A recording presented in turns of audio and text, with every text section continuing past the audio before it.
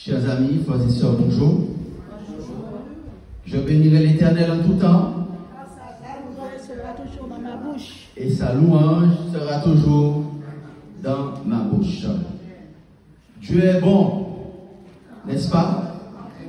Tout le temps, Dieu est bon. Nous allons prier et demander à Dieu de nous éclairer.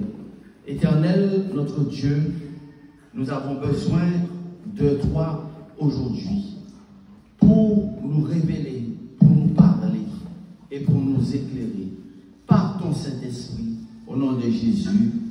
Amen. Amen. Ce matin, nous avons un sujet, un thème extrêmement intéressant qui nous préoccupe, que le Seigneur a voulu que nous puissions entendre de sa part. La lumière se changera-t-elle en ténèbres? Est-ce que la lumière peut se changer en ténèbres? Chers amis, Dieu a tout fait pour le bonheur de l'homme, n'est-ce pas? Dieu a tout fait pour que le premier homme, le premier couple, soit heureux. Dans le livre des commencements, le livre de la Genèse, il est écrit que dans Genèse chapitre 1 et le verset 31, Dieu déclare que Dieu vit que tout ce qu'il avait fait était bon. Non, était très bon, n'est-ce pas? Ainsi, il eut un soir et il eut un matin, ce fut le 6e jour. Donc, Dieu dit qu'il avait tout fait pour le bonheur de l'homme, pour que l'homme soit heureux. En le plaçant dans le paradis terrestre, un jardin magnifique, nous dirions la carte postale, n'est-ce pas? Qu'est-ce que représente la carte postale pour nous? On aurait pu dire les chutes du Niagara, n'est-ce pas? Nous dirons les chutes de Fougassier, les chutes du Carbet, les rivières, les très belles rivières, la belle plage de l'Abadie, n'est-ce pas? La carte postale, les plages de Sainte-Anne. Dieu avait tout créé pour que l'homme soit heureux. Mais qu'est-ce qui devait permettre à l'homme de rester dans ce bonheur parfait? Qu'est-ce que l'homme devait faire pour rester dans ce bonheur parfait? Nous voyons cela dans Genèse chapitre 2 et le verset 17. Genèse chapitre 2 et le verset 17. Nous lisons ensemble. L'Éternel, au verset 16, l'Éternel Dieu donna cet ordre à l'homme: tu pourras manger de tous les arbres du jardin. L'Éternel Dieu déclare que j'ai créé une variété de fruits que tu aimes, que tu vas apprécier, une variété de nourriture, et tout ce festin a été préparé pour toi, n'est-ce pas?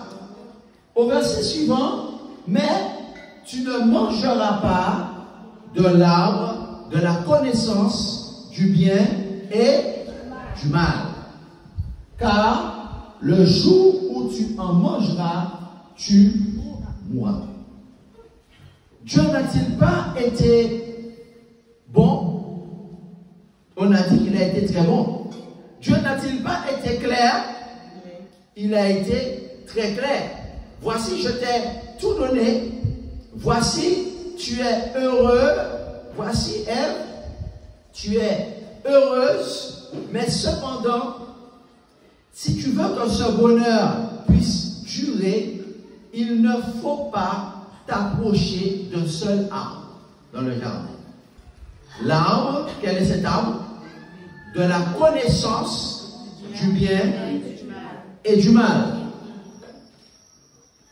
Maintenant, l'homme va-t-il continuer à jouir de ce bonheur parfait? L'ennemi de l'homme est entré dans un animal magnifique. Et il a utilisé ces deux armes redoutables pour détruire le bonheur de l'homme et de la femme. Quelles sont ces deux armes? Il a utilisé son arme fatale, c'est-à-dire le doute, et sa deuxième arme fatale, le mensonge. Lisons dans Genèse chapitre 3 et le verset 1er. Le serpent était le plus rusé de tous les animaux des champs que l'Éternel avait fait. Il dit à la femme, Dieu a-t-il réellement dit, vous ne mangerez pas de tous les arbres du jardin? Donc, le diable, un ennemi rusé, il va rentrer dans un animal magnifique, très bel animal, avec plein de couleurs, et il va utiliser le doute. Il va apporter le doute dans l'esprit de la femme. Sur quoi? Le doute sur quoi? Le doute sur la parole de Dieu. Il va utiliser une arme fatale qui est le doute sur la parole de Dieu. Dieu a-t-il réellement dit? Donc, par conséquent, il continue au verset 3. La femme dit au verset 2, nous mangeons des fruits de tous les arbres du jardin, mais quant au fruit de l'arbre qui est au milieu du jardin, Dieu a dit, vous n'en mangerez point et vous n'y toucherez point, de peur que vous ne mouriez. Donc, la femme est bien au courant, bien informée de la parole de Dieu, n'est-ce pas? Aujourd'hui, dans ce 21e siècle, est-ce que les hommes sont-ils au courant de la parole de Dieu? Oui, plus que jamais, la parole de Dieu est accessible au plus grand nombre. La parole de Dieu est dans les livres, la parole de Dieu est miniaturisée, même à la portée des enfants. La parole de Dieu est sur les téléphones, sur les tablettes, un peu partout. Donc la femme, Dieu est bon, Dieu est juste, et Dieu a mis sa parole accessible. La femme cite la parole de Dieu. Mais nous voyons au verset 3, le verset 4, le serpent dit à la femme, vous ne mourrez point.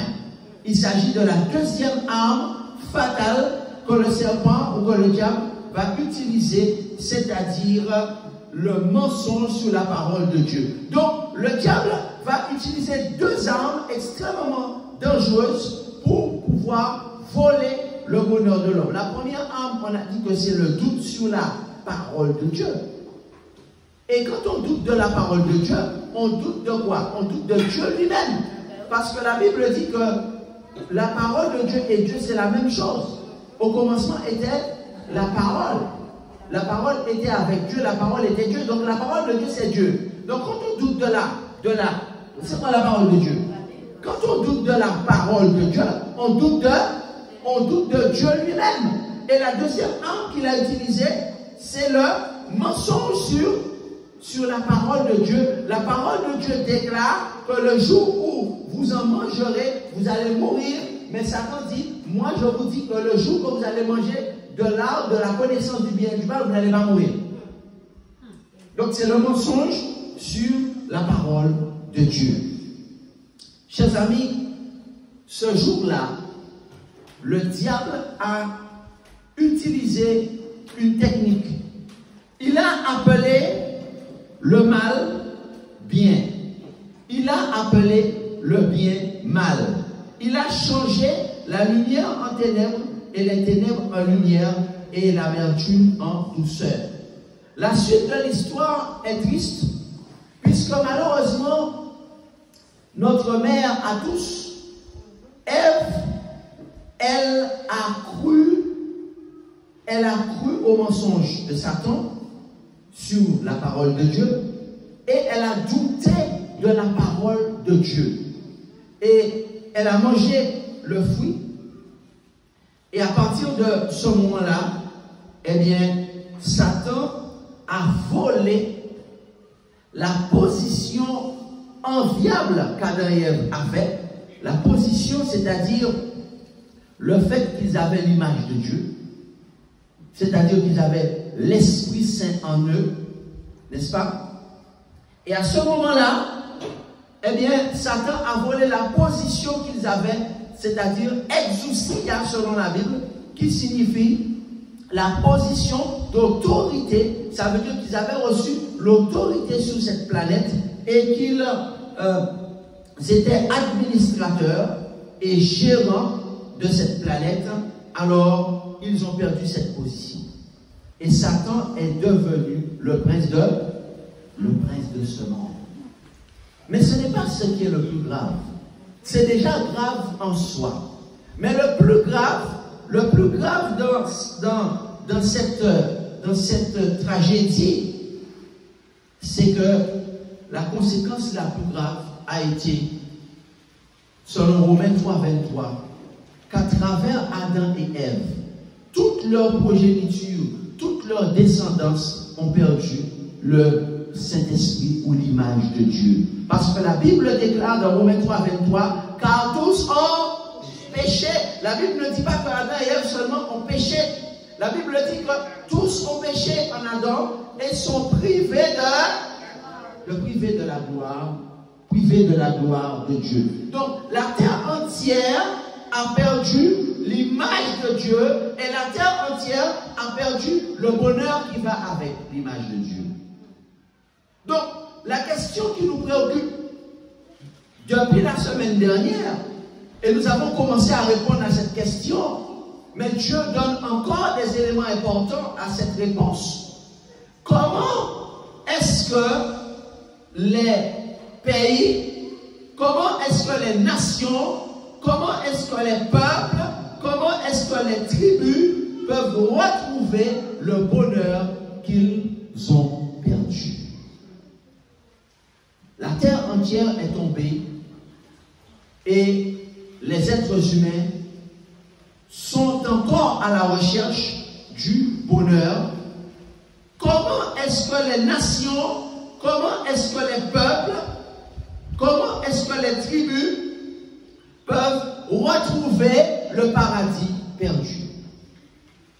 Parce que le drame de cette histoire, c'est que l'humanité tout entière, à travers Adam et Ève, a été chassée du jardin d'Éden.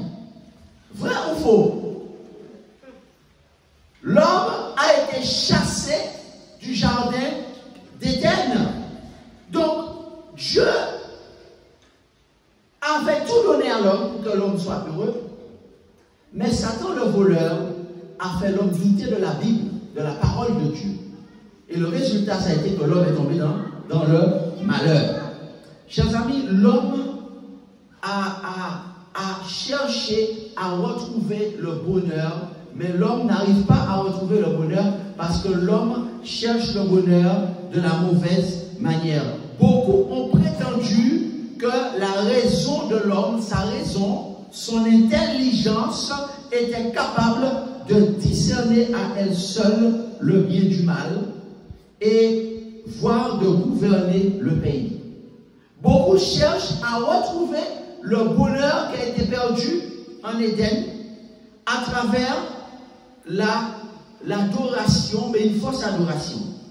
Puisqu'ils ont détourné l'adoration du Créateur pour se consacrer à l'adoration des raisonnements humains, à l'adoration de la créature, à l'adoration de statues et d'idoles, de bois, de pierres sans vie. Dans l'idolâtrie, dans la superstition qui ont été commis une quantité d'actions les plus abominables. Et c'est pourquoi, pour retrouver le bonheur perdu, pour retrouver le paradis perdu, d'où Adam et Ève ont été chassés, Les hommes ont essayé toute espèce de méthode. Mais c'est la bonne nouvelle, c'est que Dieu a la solution pour que l'homme puisse retrouver le bonheur perdu. Amen. Dieu a la solution pour que l'homme puisse retrouver le paradis perdu. Et la solution ne se trouve pas en l'homme. La parole de Dieu nous dit que Dieu a révélé à un jeune homme comment l'homme pourrait, comment les nations peuvent retrouver le bonheur perdu. Ce jeune homme vivait au 8e siècle avant Jésus-Christ, à l'époque de l'ancien Israël, et le peuple de Dieu avait également été séduit par Satan et pratiquait malheureusement l'idolâtrie, pratiquait malheureusement des choses abominables, le culte de Baal, le culte des statues, des idoles de bois, de pierre, parce qu'ils cherchaient le bonheur à travers cela et ils étaient malheureux. Nous lisons ensemble à la page 684 de la version Louis II, dans Ésaïe chapitre 5 et le verset 20. Ce jeune homme s'appelle Ésaïe. Dans Ésaïe chapitre 5, le Seigneur va s'adresser dans une révélation à un jeune garçon pour lui montrer comment l'homme peut retrouver le seul moyen où l'homme peut retrouver le bonheur perdu. Le fils d'Amos reçoit une révélation de Dieu. Dans Ésaïe chapitre 5, à la page 684, à partir du verset 20. Dieu déclare: malheur à ceux qui appellent le mal bien et le bien mal, qui changent les ténèbres en lumière et la lumière en ténèbres, qui changent l'amertume en douceur et la douceur en amertume. Au temps du jeune homme Ésaïe, le peuple de Dieu tout entier était tombé dans la séduction satanique, au point qu'ils en étaient arrivés à appeler le mal bien. La réflexion de Dieu en ce matin, c'est: est-ce que la lumière peut-elle se changer en ténèbres? La réponse évidente, c'est non. La lumière ne sera jamais les ténèbres, et les ténèbres ne seront jamais la lumière, n'est-ce pas? Mais le peuple de Dieu a commencé à appeler le mal bien et le bien mal.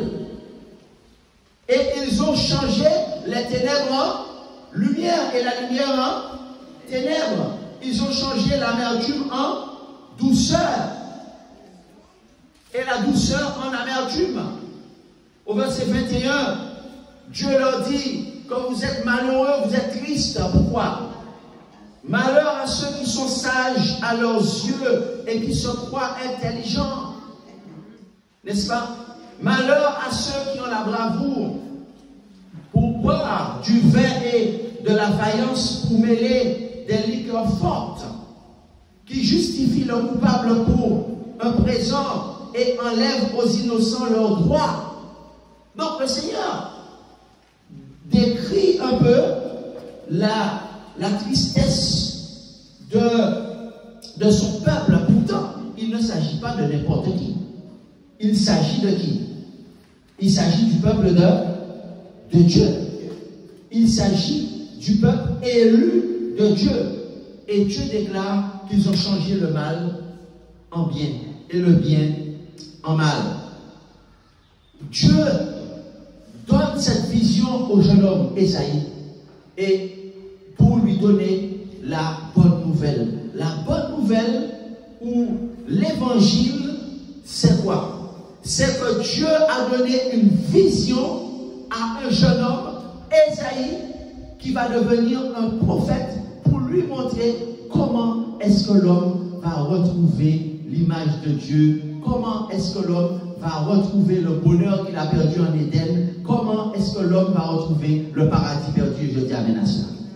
La réponse de Dieu, c'est que l'homme va retrouver le bonheur, l'homme va retrouver, il dit malheur à ceux qui changent le mal en bien, c'est-à-dire que Dieu va donner une vision au prophète Ésaïe pour lui montrer que l'homme doit retourner à la sainteté de Dieu. L'homme doit avoir une vision de la sainteté de Dieu parce que Dieu est saint et il ne change pas. Amen. Dans Ésaïe chapitre 6, Ésaïe va avoir une vision de Dieu et il va voir que Dieu est saint. Pour pouvoir retrouver le bonheur perdu, pour pouvoir retrouver le paradis perdu, il faut avoir devant soi la vision de la sainteté de Dieu et accepter de rentrer dans la sainteté de Dieu ou accepter de rentrer dans la sanctification. Ésaïe chapitre 6 et verset 1er. Tout de suite après cette vision du peuple qui est malheureux, qui change le mal en bien, la bonne nouvelle, l'année de la mort du roi Osias. Je vis le Seigneur assis sur un trône très élevé et les pans de sa robe remplissaient le temple. Les séraphins se tenaient au-dessus de lui. Ils avaient chacun de 6 ailes, 2 dont ils se couvraient la face. Ésaïe chapitre 6. Et 2 dont ils se couvraient les pieds, et 2 dont ils se servaient pour voler. Chers amis, si les êtres, les séraphins, qui sont des êtres, des créatures angéliques, qui n'ont jamais péché, et qui voient Dieu face à face, se couvrent en sa présence. Et nous, qui sommes-nous?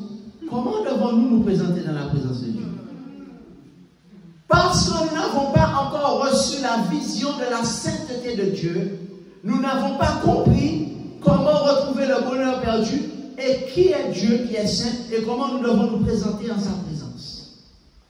Les séraphins, des créatures glorieuses, se couvrent la face devant Dieu. Pour quelle raison?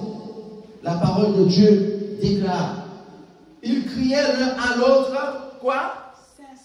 Saint, Saint, Saint est l'Éternel des armées et toute la terre est pleine de sa gloire. Les portes furent ébranlées. Donc ils criaient que Dieu est saint. Pourquoi 3 fois saint? Parce que Dieu est un être pluriel. Nous l'avons dit, Elohim en hébreu, ça veut dire que Dieu est un être pluriel. Il y a le Père, il y a le Fils et il y a le Saint-Esprit. Voilà pourquoi les séraphins criaient 3 fois saint. Saint est Dieu le Père. Saint est le Fils. Saint est le Saint-Esprit. Amen. Il disait Saint, Saint, Saint est l'Éternel des armées. Et les portes tremblaient sous l'effet de la puissance de Dieu. Et la maison de Dieu fut remplie de fumée. Alors je dis, malheur à moi, je suis perdu. Quand je suis un homme dont les lèvres sont impures, j'habite au milieu d'un peuple dont les lèvres sont impures et mes yeux ont vu le roi l'Éternel des armées. Mais l'un des séraphins voula vers moi, tenant à la main une pierre ardente qu'il avait prise sur l'autel avec des pincettes. Il en toucha ma bouche et dit, ceci a touché tes lèvres, ton iniquité est enlevée et ton péché est expié. Amen. Et Dieu lui donne une mission. Dieu dit, j'entendis la voix du Seigneur disant, qui enverrai-je? Et qui marchera pour nous? Je répondis, me voici, envoie-moi. Et je répondis, alors Dieu dit, va et dis à ce peuple, vous entendrez, vous ne comprenez point, vous me verrez, vous verrez et vous ne saisirez point. Donc, il lui a donné une mission. Donc, en réalité, la réponse de Dieu pour l'évangile au malheur des nations, au malheur des peuples, au malheur des tribus, au fait que l'homme a perdu l'image de Dieu, que l'homme a perdu la gloire de Dieu, c'est la sainteté de Dieu. Amen. C'est-à-dire que Dieu est saint et Jésus, c'est le bien. Amen. Jésus, c'est la personnification du bien. Voici la réponse de Dieu. Quand il a vu Dieu sur son trône, il a compris que Dieu est bon, Dieu est saint et Dieu est le bien. Le bien est Dieu.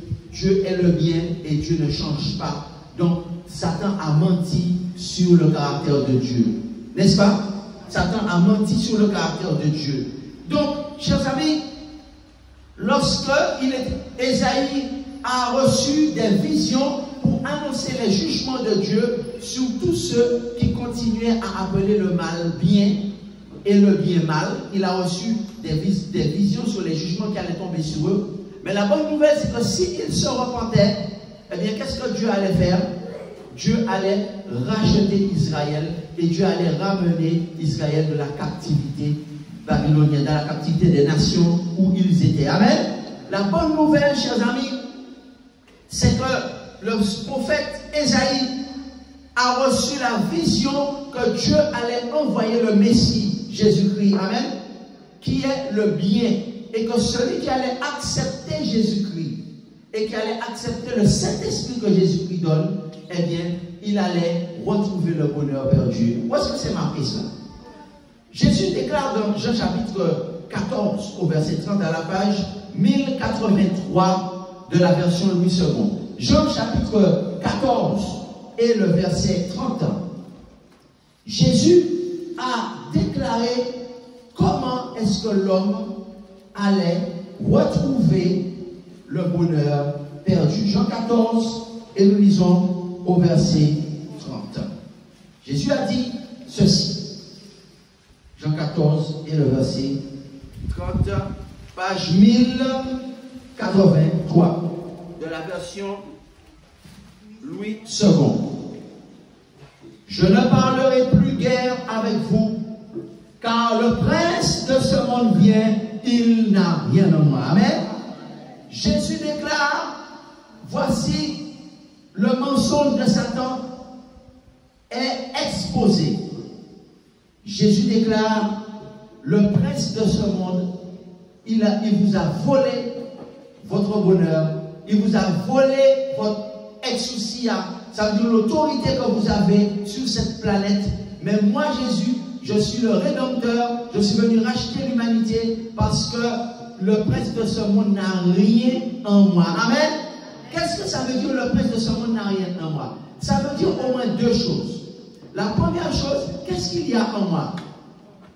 Nous l'avons vu la dernière fois. Nous avons vu que Jésus a dit dans Luc chapitre 4, l'Esprit du Seigneur est sur moi. Donc, qu'est-ce que Jésus a en lui?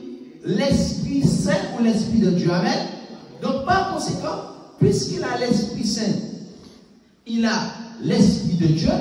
Donc, à ce moment-là, il a la gloire de Dieu. Amen. Donc, il a l'Esprit Saint en lui et il n'a pas l'esprit de Satan en lui. Donc, il peut sauver l'homme parfaitement parce qu'il a l'Esprit Saint en lui. Amen. Mais qu'est-ce que ça veut dire aussi? Il n'a rien en moi. Lorsque l'Esprit Saint nous est donné après le baptême d'eau et que nous avons prié pour recevoir l'Esprit Saint, pourquoi est-ce que il nous a donné l'Esprit Saint en nous? Voilà une question importante. Quel est le rôle de l'Esprit Saint? Est-ce que l'Esprit Saint nous a donné pour simplement venir en nous et rester en vacances en nous? Non. Non. La parole de Dieu dit que si quelqu'un est en Christ, il est une nouvelle créature. Les choses anciennes sont passées. Voici toutes choses sont devenues nouvelles. Les choses que je faisais, je ne les fais plus. Les choses que je faisais, je ne les fais plus. Il y a une transformation dans ma vie. Donc je suis transformé. Qu'est-ce que ça veut dire? De la même image. Donc je reçois l'image de Dieu, c'est-à-dire le Saint-Esprit. Je suis transformé et ce n'est pas une amélioration. Nous sommes d'accord ou pas? Non, vous ne me suivez pas. Vous ne me suivez pas. Lorsque on prend l'image comme le papillon, est-ce que vous voyez qu'il y a quelque chose de commun entre le papillon avec la chenille? Merci. Avez-vous remarqué quelque chose de commun entre la chenille et le papillon? Il n'y a rien de commun entre la chenille et le papillon. On ne peut pas regarder le papillon et penser qu'un jour c'était une chenille. C'est pas possible. Il y a un changement radical, n'est-ce pas? Donc, ce qui signifie epistréphon en grec, ça veut dire transformation, mais ça a commencé par métanoéo, ça veut dire changement de mentalité. Donc il y a une transformation. Donc il n'y a rien en moi. Ça veut dire que le prince de ce monde ne peut rien réclamer en moi. Amen. Lorsque le prince de ce monde regarde ma manière de m'habiller, il ne peut pas dire tu as l'Esprit Saint, mais tu mets mes vêtements sur toi. Allô, allô, allô. Est-ce que quelqu'un m'écoute? Le prince de ce monde ne peut pas dire que tu as l'Esprit Saint, mais tu as quelque chose sur ton visage qui est à moi. Quand il regarde Jésus, il ne peut pas dire Jésus, tu as quelque chose sur ton visage qui est à moi. Amen. Non, il ne peut pas dire ça. Le prince de ce monde vient et il ne peut pas dire, écoute, tu manges quelque chose que tu ne dois pas manger. N'est-ce pas? Je t'ai donné un régime alimentaire. Je t'ai donné dans Lévitique 11, Deutéronome 14, des viandes pures, des viandes impures à manger, mais tu manges des viandes impures. Est-ce qu'il peut dire ça à Jésus? Jésus dit, il n'a rien en moi. Il n'y a aucune viande impure qui rentre dans ma bouche. Amen. Le prince de ce monde vient, mais quand il me regarde, il ne peut pas dire, eh bien, ta coiffure est indécente. Ce que tu as sur toi m'appartient, alors tu m'appartiens. Non, il n'a rien en moi. Amen. Donc Jésus nous a montré comment retrouver le bonheur perdu. Il dit le prince de ce monde vient et il n'a rien en moi. Voilà l'objectif à atteindre. Est-ce qu'aujourd'hui, lorsque le prince de ce monde vient, il peut dire qu'il n'a rien en nous? Est-ce qu'il peut dire qu'il n'a rien en toi? Ou est-ce qu'il peut dire tu as l'Esprit Saint? Oui, c'est vrai, tu as été baptisé du Saint-Esprit, mais tu ne collabores pas avec le Saint-Esprit parce qu'il y a quelque chose sur toi, il y a quelque chose en toi qui m'appartient.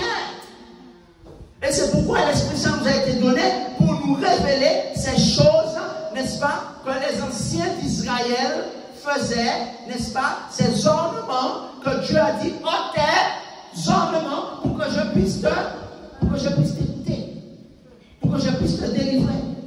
Il y a des choses à enlever, n'est-ce pas, qui appartiennent au prince de ce monde. N'est-ce pas? Dieu a-t-il réellement dit? Dieu a-t-il réellement dit? N'est-ce pas? Et c'est pourquoi ils n'ont pas enlevé ces ornements et ils les ont pris et ils ont fait un veau en or avec. Parce qu'ils avaient beaucoup d'or sur eux. Ils ont fait un veau en or avec. Donc le Seigneur, Jésus dit, le prince de ce monde vient et il n'a rien en moi. Alléluia. Donc chers amis, pour que le bien reste le bien, Jésus a déclaré que nous devons l'accepter comme notre sauveur, c'est-à-dire être baptisé d'eau, mais aussi comme notre Seigneur, c'est-à-dire être baptisé du Saint-Esprit. Qu'est-ce que ça veut dire accepter le baptême du Saint-Esprit, accepter Jésus comme Seigneur? Ça veut dire accepter un nouveau roi dans ma vie. Amen. Et c'est Jésus même qui le dit dans Matthieu 6 et le verset 13. Jésus nous dit aujourd'hui la bonne nouvelle que la lumière restera la lumière. Amen. Et que la lumière ne sera jamais les ténèbres. Dans Matthieu 6, verset 13, à la page 955, Jésus déclare à ses disciples que ce n'est pas n'importe quelle prière que nous devons faire. Dis à ton voisin, ce n'est pas n'importe quelle prière que tu dois faire. Prie selon le Saint-Esprit. En créole, ce n'est pas n'importe quelle prière qu'il faut faire. Dans un pays que j'aime beaucoup, à pas n'importe qui prière pour tout faire. N'est-ce pas? Ok? À pas n'importe qui prière pour faire. Quel genre de prière tu dois faire?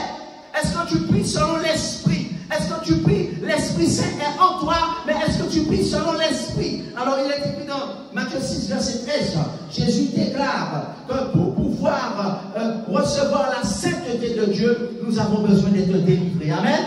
Nous avons besoin d'une délivrance. Et voilà pourquoi les prières ne sont pas exaucées. Voilà pourquoi des enfants sont rebelles. Voilà pourquoi des maladies persistent. Voilà pourquoi des gens ont des maladies graves. Voilà pourquoi des gens sont dans la difficulté, ont des problèmes de famille, parce que, eh bien, ils ont quelque chose, ils ont un attachement. Ils ont un attachement, un lien. Matthieu 6, verset 13, Jésus déclare à ses disciples à la page 955, Matthieu chapitre 6 et le verset 13, Jésus dit, ne nous induis pas dans la tentation, mais délivre-nous du mal. Amen. Est-ce que nous faisons cette prière? Jésus dit, délivre-nous du mal. Chers amis, Jésus reconnaît quelque chose là. C'est quoi? Que les disciples ont besoin de délivrance. Il y a beaucoup de disciples dans le monde, aux Antilles, dans la Caraïbe, en Amérique du Nord, en Afrique, en océan Indien, en Asie, qui ont besoin de délivrance. Il dit, délivre-nous du mal. Qu'est-ce que ça veut dire? Ça veut dire quoi? Ça veut dire que la parole de Dieu nous dit, voici le mal. La parole de Dieu nous dit, voici le bien. Mais nous connaissons la parole de Dieu. Mais Satan nous dit, Dieu a-t-il réellement dit? Ah, le Seigneur parle à quelqu'un ce matin. Nous connaissons la parole de Dieu. Elle savait ce que Dieu disait. Chers amis, la plupart d'entre nous, nous savons ce que dit la parole de Dieu. La parole de Dieu est écrite noir sur blanc. N'est-ce pas? Est-ce que nous parlons à quelqu'un ce matin? Elle va dire, mais non, Dieu a dit qu'il ne faut pas manger le fruit de l'arbre. Mais le serpent a dit, non. Il a dit, Dieu a-t-il réellement dit? Alors le Seigneur dit, il faut que tu sois délivré. Tu as besoin d'une délivrance. Alors tu dois prier, change ta prière. Arrête de demander des choses matérielles. Arrête de demander des choses de la terre. Retire tes yeux sur les choses matérielles. Parce que le matériel bientôt ne te servira à rien. Lorsque tu seras morte, lorsque tu vas mourir, vas-tu amener le matériel avec toi? Mais en réalité, demande à Dieu de te délivrer du mal. Délivre-nous du mal. Parce qu'aujourd'hui, nous avons le Saint-Esprit, mais nous sommes enchaînés au mal. Et c'est pourquoi Jésus dit, délivre-nous du mal. Et c'est grave parce que parfois nous appelons même le mal bien. Même parfois nous appelons le mal bien. Délivre-nous du mal, ça veut dire quoi? Ça veut dire fais de Jésus le roi de ta vie. On va voir la suite du verset. Il dit délivre-nous du mal. Pourquoi? Car c'est à toi seul qu'appartient quoi? Le règne, la puissance et la gloire. Amen. Qu'est-ce que ça veut dire? C'est à toi, c'est toi seul qui es mon roi. Donc par conséquent, je ne vais pas laisser une manière de me présenter devant Dieu être mon roi. Si Dieu dit c'est pas comme ça que tu dois te présenter devant moi, je ne vais pas laisser une manière de me présenter devant Dieu être mon roi, n'est-ce pas? Je ne vais pas laisser un homme que j'aime, si je suis une femme, être mon roi, n'est-ce pas? Mais un homme qui n'est pas pour moi. Hello, hello. Hello, hello. Je ne vais pas laisser une femme qui n'est pas pour moi être ma reine. Je ne vais pas laisser une femme qui n'est pas ma femme. Et Dieu m'a déjà dit, c'est pas ma femme, être ma reine. N'est-ce pas? Je ne vais pas laisser des choses être des choses de ce monde, être mon roi, ni un homme quelconque, parce que Dieu dit, c'est à toi seul qu'appartient le règne. À toi seul qu'appartient la puissance et la gloire. Le règne, Dieu le Père, la puissance, c'est le Saint-Esprit, et la gloire, c'est Jésus-Christ. Alléluia! Le règne, c'est le Père, la puissance, c'est le Saint-Esprit, et la gloire, c'est Jésus-Christ. Parce que le Saint-Esprit, c'est l'Esprit de Jésus. Amen. Donc, chers amis, Dieu nous dit, si tu veux retrouver le bonheur que tu as perdu, il faut accepter que je sois le nouveau roi de ta vie.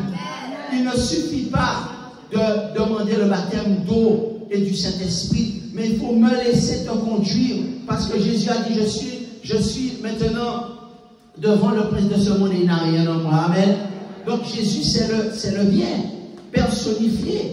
Et Jésus a déclaré ceci. Jésus a dit que si nous acceptons Jésus comme le nouveau roi de notre vie, si nous sommes un chef d'État, si nous sommes un chef de gouvernement, eh bien nous serons délivrés. Amen. Et nous allons aider à délivrer notre gouvernement. Nous allons aider à délivrer toute notre nation. Amen.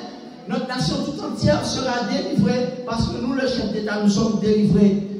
Si nous sommes le chef d'un peuple, le chef d'un pays, n'est-ce pas? Eh bien, nous n'allons jamais appeler le mal bien, parce que le mal ne sera jamais le bien. Amen. Dis à ton voisin, le mal ne sera jamais le bien. Le mal ne sera jamais Et le bien ne sera jamais le mal. Le bien ne sera jamais le mal. Dis à ton voisin, nous n'adorerons jamais Baal. Nous n'adorerons jamais Baal. Nous n'adorerons jamais Astarté. Nous n'adorerons jamais Astarté. Parce que seul Dieu est digne d'être adoré. Parce que seul Dieu est digne d'être adoré. Oui, chers amis, en réalité, le bien triomphe toujours. Amen.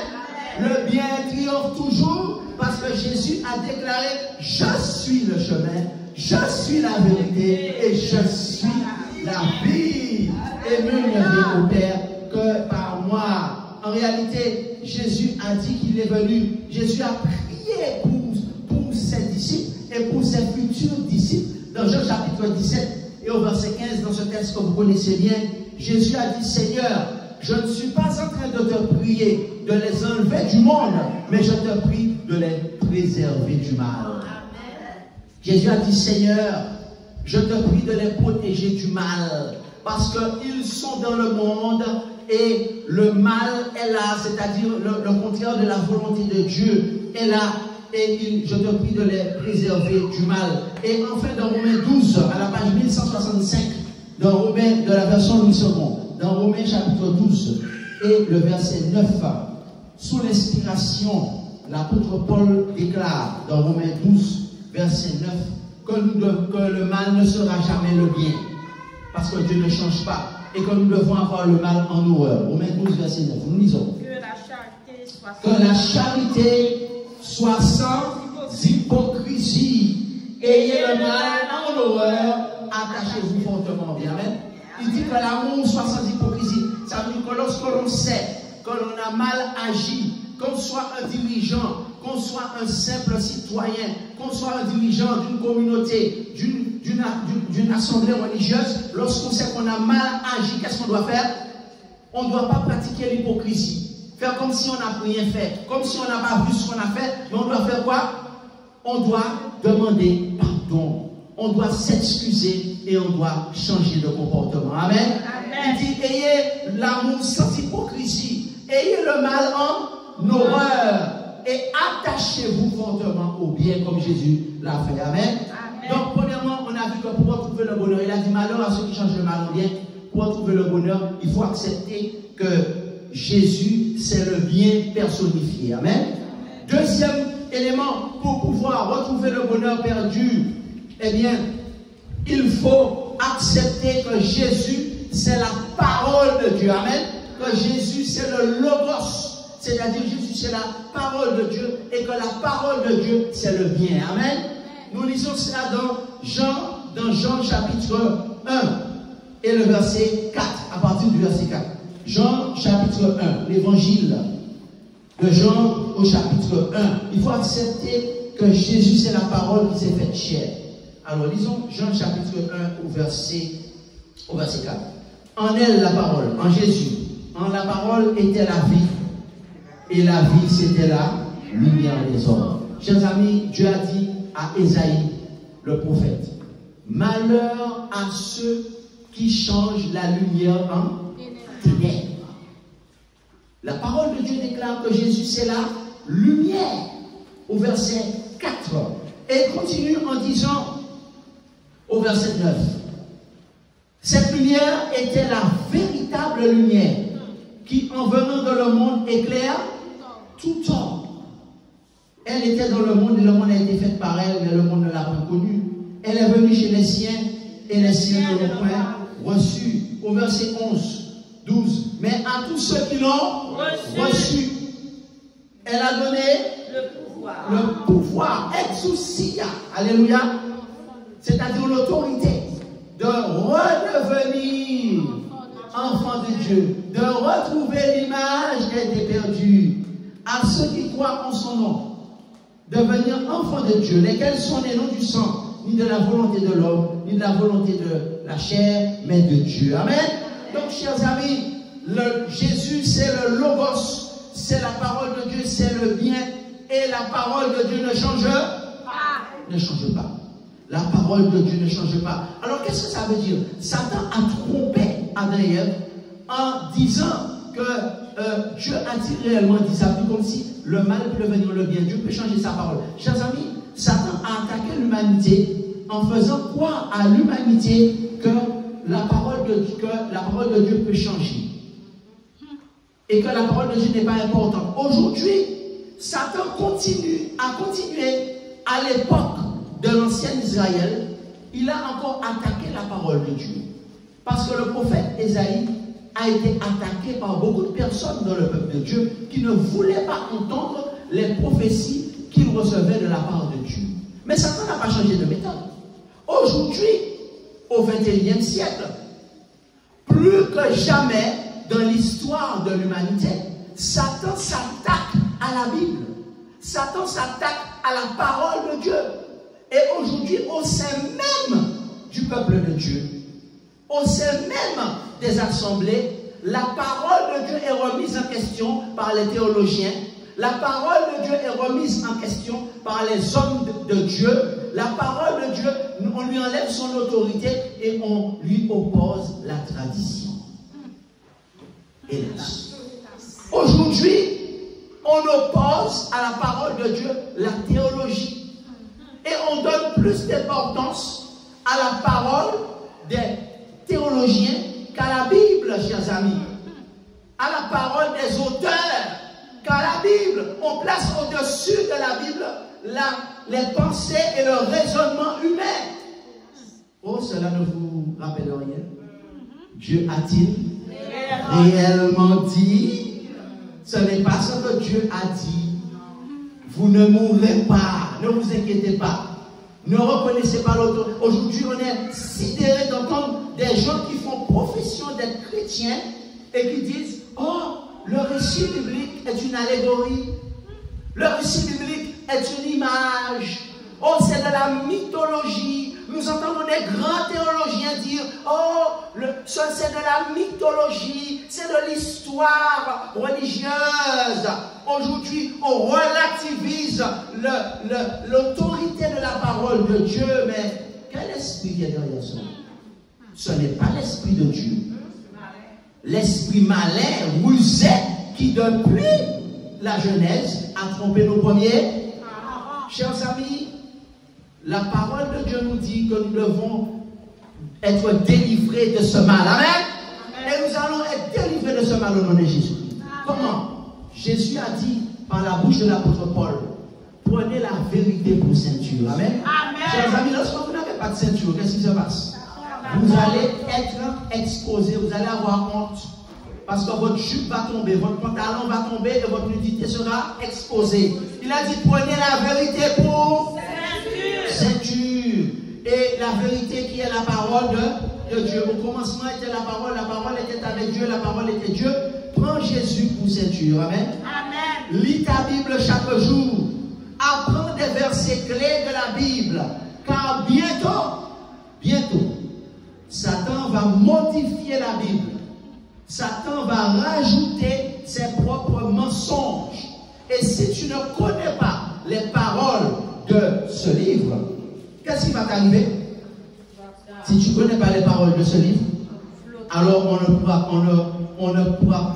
si tu connais, les paroles de ce livre, on ne pourra pas te tromper et te séduire. Amen. Jésus a utilisé la parole de Dieu pour faire fuir Satan dans le désert, qui voulait le faire lui obéir. Face au moment de tribulation que nous aurons, il faudra utiliser les promesses de Dieu comme ceinture pour résister. Quand Jésus a dit: je suis avec vous tous les jours jusqu'à la fin du monde. Celui qui demeure sous l'abri du Très-Haut repose à l'ombre du Tout-Puissant. Celui qui demeure dans l'abri de la parole de Dieu, il sera protégé au dernier jour. La décision à prendre, c'est de lire chaque jour ta Bible, d'apprendre des versets et des promesses de Dieu et de surtout les mettre en pratique, ces paroles, avec l'aide du Saint-Esprit. Je dis amen. Donc nous avons vu que, premièrement, pour retrouver le bonheur, il faut accepter que Jésus soit qu'elle soit le bien personnifié. L'accepter comme sauveur et Seigneur. Et deuxièmement, accepter que Jésus c'est la parole de Dieu, Jésus c'est le bien, et la parole de Dieu ne change pas. Et on doit l'apprendre, l'étudier chaque jour, mémoriser des promesses, mémoriser des versets, les mettre en pratique. Et enfin, troisièmement, pour pouvoir retrouver le bonheur qu'on a perdu, il faut accepter que le Saint-Esprit, c'est le bien personnifié. Amen. Amen. Et que le Saint-Esprit est le bien et que le bien ne change pas. Où est-ce que nous trouvons cela? Nous trouvons ça à la page 1084 de la version Louis II, dans Jean chapitre 16 et le verset 12. Jean chapitre 16 et le verset 12, Jésus qui parle. Ce n'est pas Moïse. Nous avons beaucoup de respect pour Moïse. Ce n'est pas Paul que nous respectons, mais c'est Jésus lui-même. Jésus dit dans Jean 16, verset 12, à la page 1084, Jean 16 et le verset 12. J'ai encore beaucoup de choses à vous dire. Ne fermons pas la porte au Saint-Esprit en disant que tout a été révélé. Oh, c'est une parole qui circule dans le monde chrétien. Tout a été dit, tout a été révélé. Et par conséquent, ne faites pas attention aux révélations. Pourquoi écoutez-vous vos révélations? Pourquoi écoutez-vous vos songes? Pourquoi écoutez-vous vos visions? Tout a été révélé. C'est une parole contraire à la parole de Dieu. C'est une parole contraire. Là, ce n'est pas la voix de Dieu. Si ce n'est pas la voix de Dieu, je vous laisse savoir c'est la voix de Dieu. Parce que Jésus déclare, j'ai encore beaucoup de choses à vous dire, mais vous ne pouvez pas les porter maintenant. Qu'est-ce que ça veut dire? Ça veut dire que ce n'est pas à cette génération-là que Jésus avait tout à dire. D'ailleurs, il l'a dit au prophète Daniel. Il a dit que dans les derniers jours, dans les derniers temps, qu'est-ce qu'il va faire? Il a dit que dans les derniers jours, la connaissance va... Qu'est-ce qu'il a dit? La connaissance de Dieu va augmenter. Ça veut dire que dans les derniers jours, ce n'était pas l'époque de Daniel. D'accord? Il a dit qu'il y a des choses qu'il va révéler parce que le combat sera féroce. Et il dit quand le consolateur, qui va révéler ces choses? Par le consolateur. Quand le consolateur sera venu, l'esprit de vérité, il vous conduira. Comment on l'appelle? L'esprit de vérité. La vérité ne sera jamais le mensonge. Et le mensonge ne sera jamais la vérité. Il vous conduira. Qu'est-ce qui va vous conduire? L'esprit de vérité. Est-ce que c'est l'église? Non. Est-ce que c'est les hommes d'église? Non. Est-ce que c'est les responsables? Non. Il vous conduira dans toute la vérité. Car il ne parlera pas de lui-même, mais il dira tout ce qu'il aura entendu. Et il vous annoncera des choses à faire. Chers amis, est-ce que Jésus peut être plus clair que ça? Il me semble que Jésus est très clair. Hein? Il me semble que la parole de Dieu est écrite noir sur blanc, mais j'entends une petite voix qui me dit, Dieu a-t-il réellement dit? Chers amis, tombez diable au nom de Jésus-Christ. Amen. Arrière de moi, Satan. Il faut savoir discerner la voix de Dieu de la voix du serpent, chers amis. Demande à Dieu de te donner le discernement. Demande à Dieu de te donner l'Esprit Saint de discernement. Parce qu'en réalité, Jésus, c'est le Saint-Esprit, c'est le bien personnifié. Et c'est pourquoi, à la page 1182, dans Galates 5, verset 16, c'est notre dernier texte, Galates 5, et au verset 16, le Seigneur nous dit que lorsque nous avons reçu le baptême du Saint-Esprit, nous rentrons dans la troisième phase pour être heureux. Nous devons marcher avec Dieu. Amen. Comme Enoch, comme Abraham, comme Moïse et comme Noé. Amen. Et comme Enoch qui est monté au ciel. Alors Galates 5, verset 16. Qu'est-ce qu'il nous dit? Qu'est-ce que Dieu nous dit? Marcher selon l'esprit. Nous devons marcher selon quoi? Selon la religion. Non. Selon les théologiens. Non. Selon les dirigeants. Non. Selon l'Esprit Saint. Marcher selon qui? Marcher selon qui? Donc ça veut dire que lorsque l'Esprit Saint, n'est-ce pas, était avec Adam et Ève, et que Dieu avait parlé et qu'il a dit, eh bien, voilà la parole de Dieu, quelle que soit la personne qui vient nous dire, c'est pas ça, même si la Bible a dit ça, mais c'est pas ça qu'on fait. Ça, c'est pas ça. La Bible a dit ça, mais c'est pas ça. Nous devons lui dire, arrière de moi, Satan, Parce que la vérité ne sera jamais le mensonge, la lumière ne sera jamais les ténèbres, l'amertume ne sera jamais la douceur. Amen. Parce que Jésus a dit pour terminer, Jésus a donné en réalité le secret. Jésus nous donne le secret aujourd'hui. Jésus a dit, mon enfant, si tu veux retrouver l'image de Dieu, retrouver le bonheur perdu, tu dois bâtir ta vie sur moi, qui suis le roc. Amen. Dans Matthieu 7. Il a dit, je suis le roc sur lequel tu dois bâtir ta vie. Et lorsque les tempêtes vont venir, lorsque le vent va souffler, ta maison va résister. Ça veut dire ta vie chrétienne va résister. Mais si tu bâtis ta vie chrétienne sur les raisonnements humains, sur la tradition religieuse, sur la voie de Satan, Dieu a-t-il réellement dit, lorsque Satan va envoyer la tempête, lorsque Satan va envoyer les flots de la mer, la maison va s'écrouler. Et c'est pourquoi j'aimerais, au nom de Jésus-Christ, lancer cet appel aujourd'hui. Si tu entends ce message, le Seigneur Jésus-Christ t'aime, il veut te sauver. Et dire, y a-t-il quelqu'un qui veut dire, Seigneur, Seigneur, je ne veux pas être séduit comme Adam et Ève. Et je veux véritablement bâtir ma foi sur la parole. On a dit 3 éléments. Premièrement, sur le Christ qui est la vérité. Deuxièmement, sur sa parole qui est la vérité. Et troisièmement, sur son Saint-Esprit qui est l'Esprit de vérité. Si c'est ton désir, je vais prier pour toi. Que tu dis, je veux bâtir ma vie sur le roc qui est Jésus-Christ, n'est-ce pas? Et Jésus-Christ a dit que j'ai un petit reste. Jésus-Christ a dit, j'ai un petit reste éparpillé un peu partout.